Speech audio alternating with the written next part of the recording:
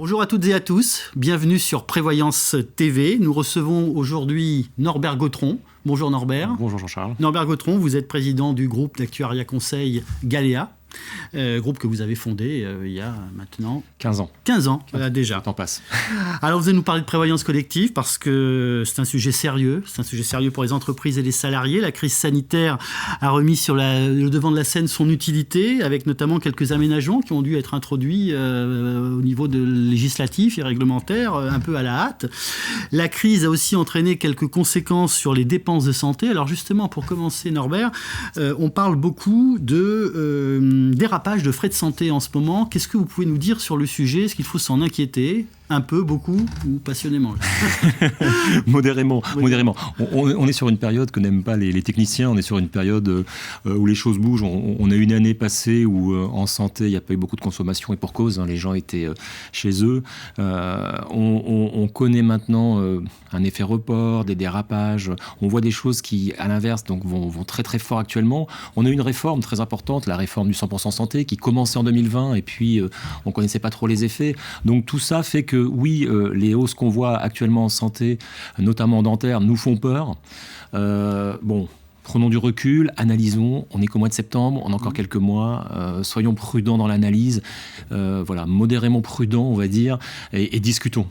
Entreprises, assureurs, discutons pour comprendre. D'accord, donc discutons pour comprendre, ça veut dire, on entend ici et là, effectivement, il y a un dérapage, donc on se dit, tiens, on va aller vers une hausse.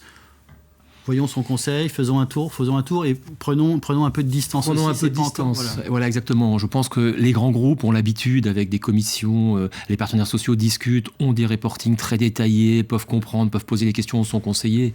Les plus petites entreprises, c'est plus délicat, mais il y a des intermédiaires, il y a aussi des conseils. Donc, prenons le temps, septembre-octobre, mais regardons sérieusement. Alors, est-ce que c'est la même chose en prévoyance, en risque lourd ? Est-ce qu'il y a là aussi un dérapage qui est constaté ? Oui. Alors, c'est un dérapage. Évidemment, la situation, on va dire là aussi, on la connaît. On connaît la situation assez stressogène. On sait que c'est difficile. Il y a encore des gens qui ont connu la crise et qui ont du mal un peu à en sortir. Mais en prévoyance, si je me focalise sur les arrêts de travail, en fait, c'est quelque chose qui antérieurement à la crise Covid, on constatait déjà des arrêts longs qui en fait de plus de 90 jours qui augmentaient fortement. Et ce sont ceux-là qui intéressent les assureurs, parce que les assureurs interviennent souvent en priorité sur les arrêts longs. Enfin, en termes techniques, on dira après une période de franchise de 90 jours ou plus. Donc là, c'est là qu'on est un petit peu soucieux, parce qu'on sent qu'il y a des phénomènes structurels, on va dire. Et là aussi, il faut analyser. Et là aussi, on a des méthodes, les assureurs ont beaucoup investi dans la data, ont des capacités de traitement, on a eu des déclarations sociales nominatives, un ensemble d'éléments qui permettent aux assureurs d'analyser. Donc il faut que les entreprises profitent de cette capacité pour comprendre. Alors parfois c'est assez simple à comprendre, mais allons plus loin pour mettre en place des plans de prévention adaptés. Avant de dire, allez, on va augmenter les tarifs de 5-10%. Analysons là aussi rapidement. Analysons rapidement, faisons de la prévention. Ça touche toutes les catégories, ces arrêts longs, au-delà de 90 jours ou Alors, très bonne question. Oui, mais plus des catégories qui étaient, je caricature, un petit peu épargnées. D'accord. Des managers, des cadres. On voit qu'il y a une accélération sur des catégories de personnes qui, habituellement... étaient moins arrêtés ou hésitaient à s'arrêter. Voilà. Donc ça, c'est le petit point d'alerte, en effet. Parce que si c'est une crise structurelle qui s'installe là, en effet, là, il faudra redresser des tarifs et réfléchir. Maintenant, il y a aussi des sujets liés à l'invalidité. Est-ce que l'invalidité va être durable ? Comment ça va se passer ? Tout ça, il faut être très vigilant, analyser avec les assureurs. Ok, donc pas forcément, je dirais, se lancer on se dire, bon, bah voilà, c'est fichu, il y a des augmentations tarifaires. Là encore, un peu comme pour la santé. Mais enfin, je sens bien ici quand même avec une pointe un peu plus d'inquiétude sur le long terme. Oui. On parle beaucoup des burn-out, on a beaucoup parlé des burn-out dans la presse, en général. Est-ce que on est un peu typiquement dedans, peut-être on est dedans et on est dans une période où l'on voit les habitudes de travail sont en train de changer. Le télétravail, ce genre de sujet, les demandes restent les mêmes. Il faut produire vite. correcte et avec une certaine qualité, on va dire. Donc forcément, la pression est plus forte en encadrant des gens à distance pour la population des managers. Donc qui doit à la fois, transmettre l'information de l'actionnaire, mais aussi respecter les gens avec bienveillance, avec un certain minimum de bien-être. Donc beaucoup de pression. QVT, ce qu'on appelle la QVT. La QVT. Simplement. Mais ça, c'est un sujet que l'on suivra parce que c'est là, on est sur des dérives potentielles de long exactement. terme. Et voilà, exactement. On sent qu'il y a besoin d'un accompagnement et on sait que les assureurs sont de plus en plus orientés vers la prévention, vers l'accompagnement. C'est un terrain de jeu prioritaire pour eux dans le futur, en fait. D'accord, très important. Une autre actualité qui est cette grande sécurité sociale. Donc on parle rapport après rapport. On semble dire est-ce qu'en gros on maintient on va y aller simplement, est-ce qu'on maintient les complémentaires, est-ce que on fond tout ça dans un grand régime? Est-ce que vous avez, si ce n'est des informations, moi une idée sur la question? Est-ce que peut-être au niveau de ce que les entreprises peuvent ressentir par rapport à ça? Ça, c'est aussi un bon point. Alors, très concrètement, aujourd'hui, on parle des deux sujets précédents.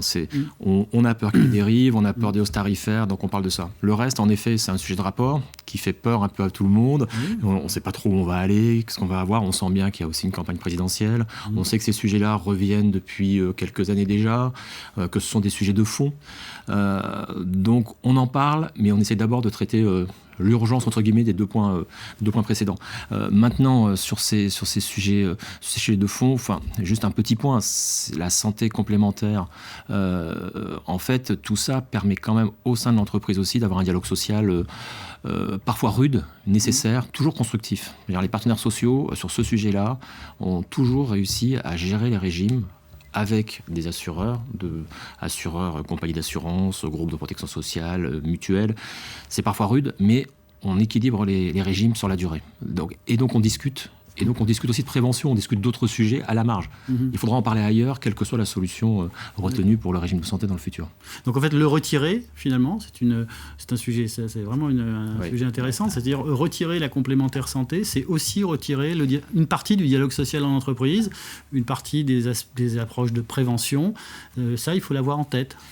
Comme sur d'autres sujets qu'on évoquera sûrement, il faudra le faire en bonne concertation avec les partenaires sociaux, avec les chefs d'entreprise, pour voir ce que l'on gagnerait à faire ça, mais ce que l'on perdrait également.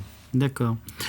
Dans la protection sociale aussi, il y a une grande réforme qui est celle de la fonction publique. Alors, vous, au niveau de votre société d'actuariat, est-ce que c'est une révolution ou une évolution? Comment vous voyez les choses? Comment les acteurs se préparent? Est-ce que vous avez déjà des questionnements sur le sujet?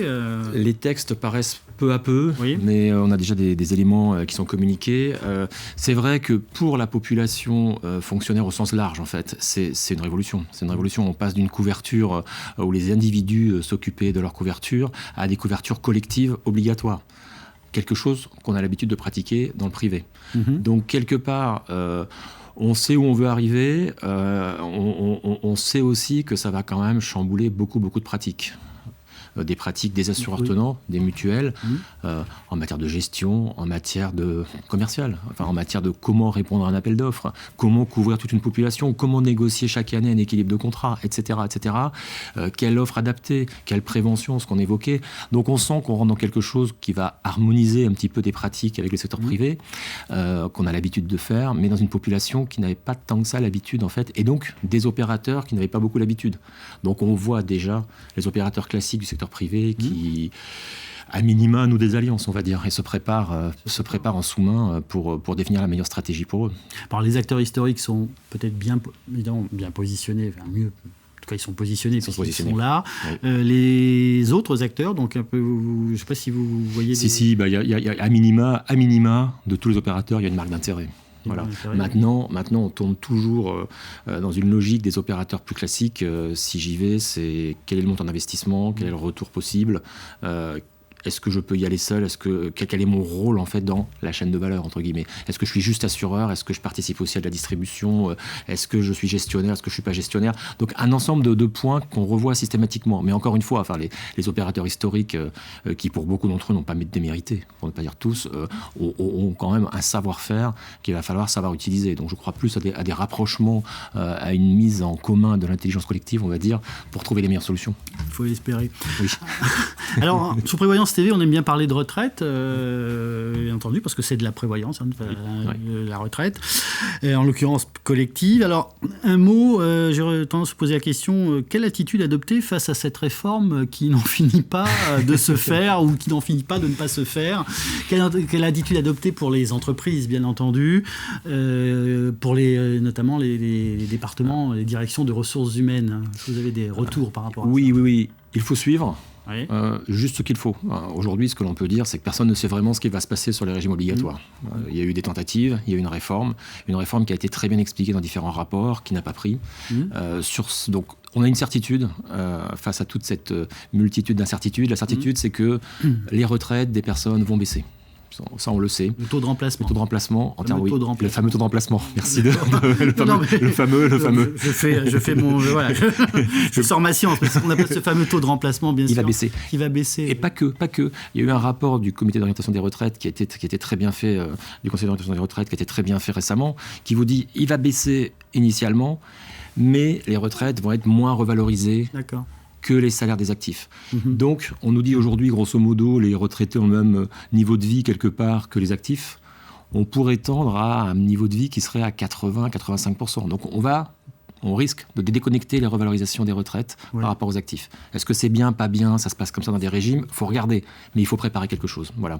Et le cadre de préparation par la retraite supplémentaire, par la loi Pacte, 2019 déjà, tout ça a vraiment complètement rafraîchi le panorama de l'épargne retraite en France. Que ce soit au niveau individuel, on a des plans d'épargne retraite individuels, au niveau collectif, des plans d'épargne retraite obligatoires, tout ce genre de choses.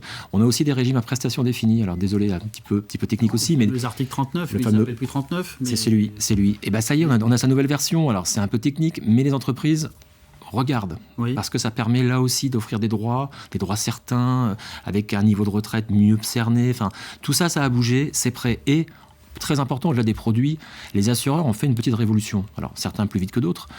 Au niveau des services, des outils mis à disposition, parce qu'en matière de retraite, plus qu'ailleurs, il faut former, informer, encore et toujours. Et là, les assureurs, certaines sociétés de gestion également, ont des outils, sont à disposition des salariés.